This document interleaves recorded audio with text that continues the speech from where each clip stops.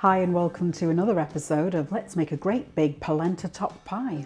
This pie is going to be very similar to the winter warmer one that I did last year. I'll stick the link in the description for you. So it's going to be a filling topped with cheesy polenta. I went to the supermarket the other day and picked up a packet of vegan chorizo sausage. So I'm going to put those in, and then I've kind of structured the rest of the ingredients around that flavour. So it's got a lovely sort of spicy, deep and smoky flavour. So I'm going to sort of go a little bit Mediterranean. So it's going to be tomatoes, herbs, garlic. I'm going to fry off some carrots, onion and celery, which is a trio of heaven in any dish. Pour a bit of oil in, about a table, maybe a tablespoon, something like that. I'm going to dice the onion up. So I just cut slices into it and then chop across those. Once the oil comes up to temperature, slide in the onions. Stir everything around to get it coated in the oil. And this is on a sort of medium-high heat. Mine goes up to 9 and I've got it at 7. And then just let that cook for a few minutes. And then I'm just going to cut these into smaller pieces. So I've split it in half, and then I'll probably put those into three longer slices, and then chop those down into sort of bite-sized chunks. The onions are starting to get a bit of colour on. Slide the carrots in, and the celery, take the top and bottom off, and then I slice them lengthways, and then just chop that down. Celery into the pan, let that keep cooking down for a few minutes. If you start noticing black spots, just drop the temperature a little bit and keep it moving. I'm going to stick in 3 chili peppers. Feel free to use less if you're not such a fan of heat, or skip it altogether. These just need using up. Chop it in half. I'm just going to use a little teaspoon to take these seeds out, just because I'm using so much chili that I just don't want to overwhelm the dish with heat. Stack the chilies on top of each other, like that, and then just finely slice.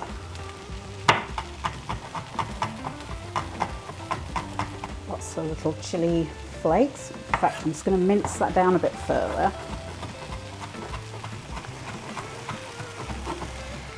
So just going back through it with my knife. Veggies softening up, getting some nice bits of colour on there. I'm going to use some garlic. These cloves are old and a bit small. So there's like 5 little ones, but it's probably the equivalent of 2, maybe 3 full-size cloves. So I'll just squeeze those in, work that in. And add the chili as well. And then we're just going to let that fry for a couple of minutes, just to take out some of the harsh flavours of the garlic. I think I've overcooked the sausages. That's where we're at. Normally what I do is have them in the freezer, and then I put them in the air fryer for 15 minutes at 160. And I did the same for these, but these weren't frozen. I just wasn't being mindful. Chop one, see if it's okay. Yeah, they're still soft. So just cut those again into sort of bite-sized pieces. There's all the sausage ready to go. I'm just going to push this off the heat for a minute. I've been soaking 100 grams of almonds. I just really like the texture of almonds in cooked food. They just go really nice, and there's a softness to them, but also a crunch, which is just really nice. Put them in a bowl, cover with hot water and just leave it. And then the skin should pop off. So that's the almonds now.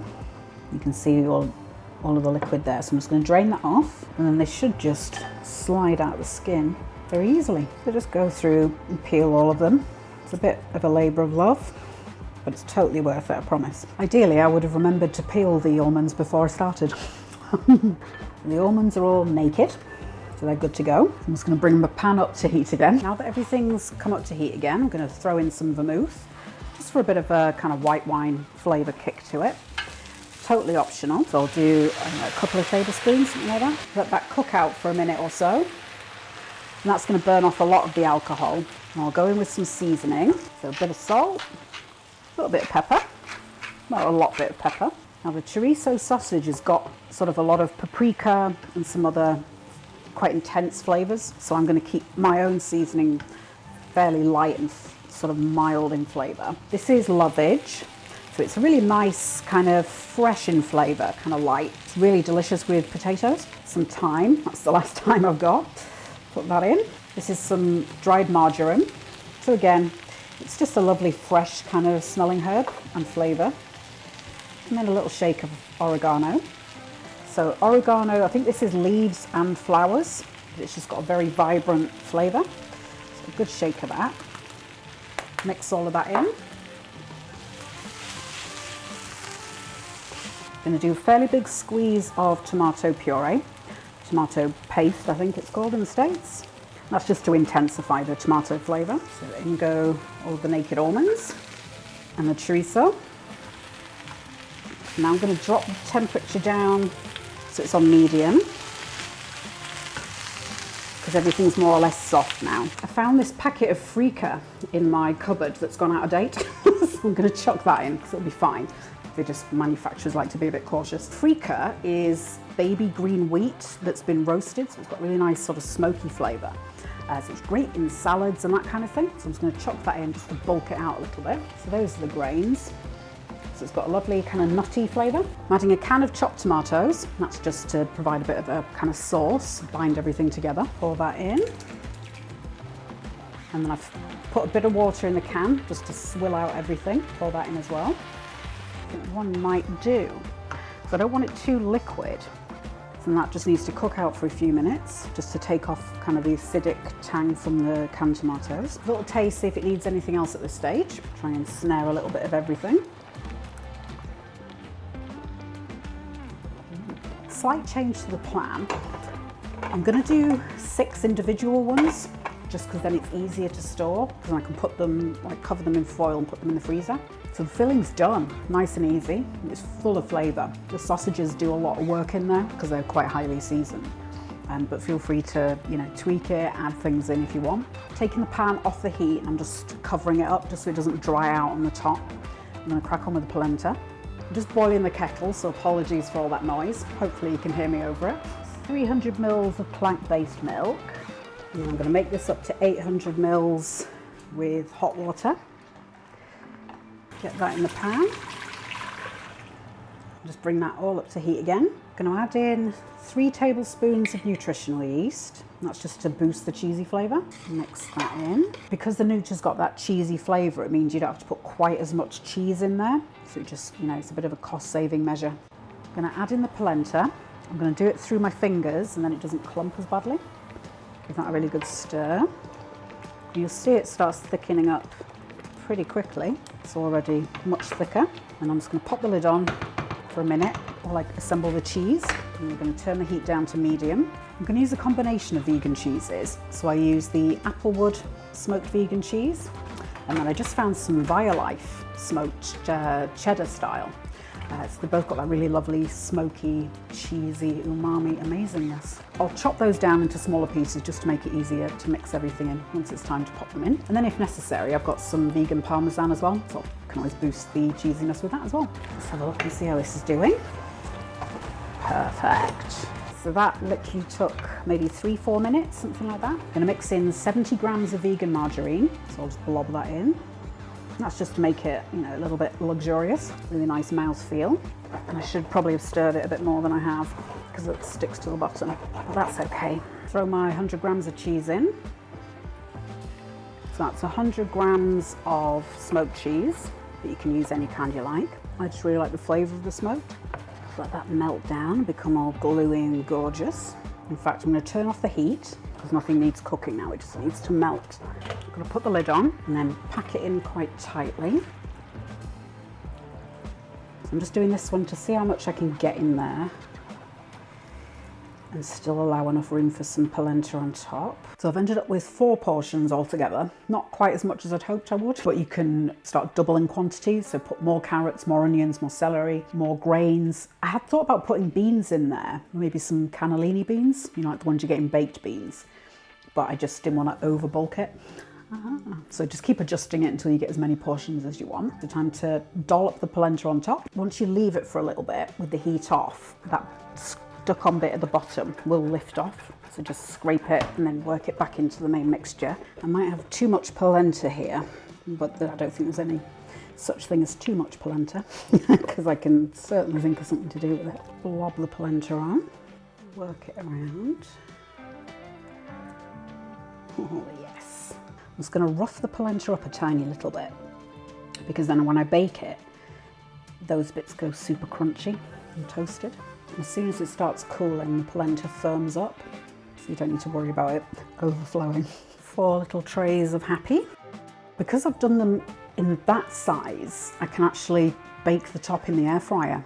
Whereas if I'd done them in the other big baking pan that I use, I would have had to be done in the oven. I can cool 3 of them down and they can go into the freezer just with a bit of foil on top. And then I can have one in a wee bit and eat it with you. The following day, and it's finally time to eat some pie. I'd filmed a video before doing the pie. I made some chocolate salami, and by the time I cleaned down after making the pie last night, I just suddenly got hit by a wave of exhaustion and needed to sit down. So I kind of pushed everything back until today. So let's crack on and dive into the pie. I've just dropped my pie.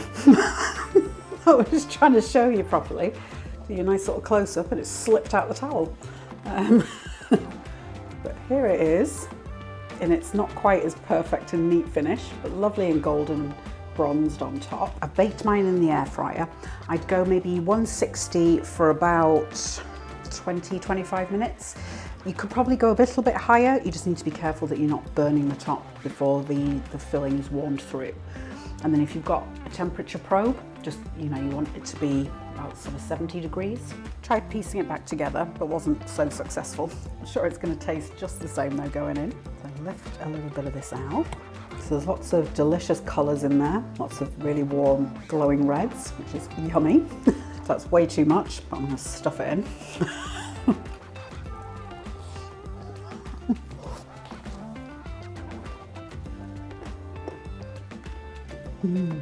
So many different textures and flavours going on in there. In the filling, the freeka's got that lovely kind of slight bite to it, but then it's very yielding. Then you've got the crunch from the almonds, lovely softness from the tomatoes and the veggies. Carrots are still a little bit crunchy, so it's just, yeah, there's lots of really nice things going on in your mouth. Then the cheese provides that really nice smoky richness that goes very nicely with the tanginess from the tomatoes. Yum. Filling holds its shape quite nicely. It's not all just collapsing in on itself now that there's some taken out. When I was putting everything away last night, I remembered I had these. They're just like crispy fried onions. And I wish I'd remembered before that, because I would have put them in with the polenta. I think that just would have been really nice. They've got the kind of crisp, crunchy texture. And the little mild onion flavour. I think that would have been really nice in the cheesy polenta. Oh well, such is life. If you want to keep it gluten-free, just look out for meat replacements that don't have gluten in them. So you could use, if you're in the States, you can maybe get some soy curls, rehydrate them and just chop that into bite-sized pieces. That would work. Or you could use some smoked tofu in there. That would be really good. As a substitute for the freeka, you could use buckwheat groats, just boil those or steam them, however you'd cook those. Or you could maybe use rice. I bought these a while ago, so it's 2 varieties of rice, a red one and a black one. They would probably work quite nicely because they've got a sort of nutty flavour. I got 4 portions out of it, so you could either double the quantities or start adding in other bulking bits, so more grain or rice or whatever you're going to use, or add some beans in there. Once I sat down last night, I remembered I'd wanted to put some cabbage in there. When I did the turkey roulades, I lined one of them with Savoy cabbage and put the remaining cabbage in the freezer. And I thought, oh, I'll shred that and put that in the pie as well, and forgot.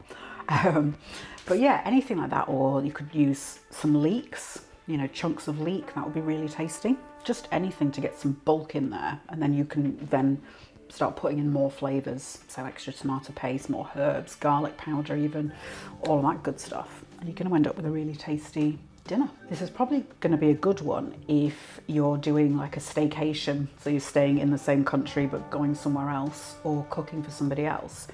Because I reckon if you maybe don't fill it quite as much so it's flat on top, put a piece of foil and then a piece of card or something, and then you can stack them up inside a box, and then that can just go in the freezer, as long as it's got a little foil or cling film lid on it, and then just defrost it and then bang it in the oven or the air fryer.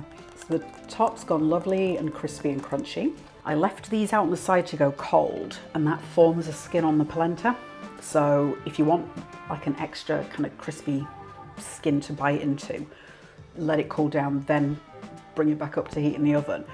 But if you want it to be less of a crust, less of a skin, just put it straight in the oven and don't let the polenta form that skin on the top. But I really like it because I like it between my back teeth. It's good. If you want to up your batch cooking game, hit subscribe, tap the bell icon and check out this one.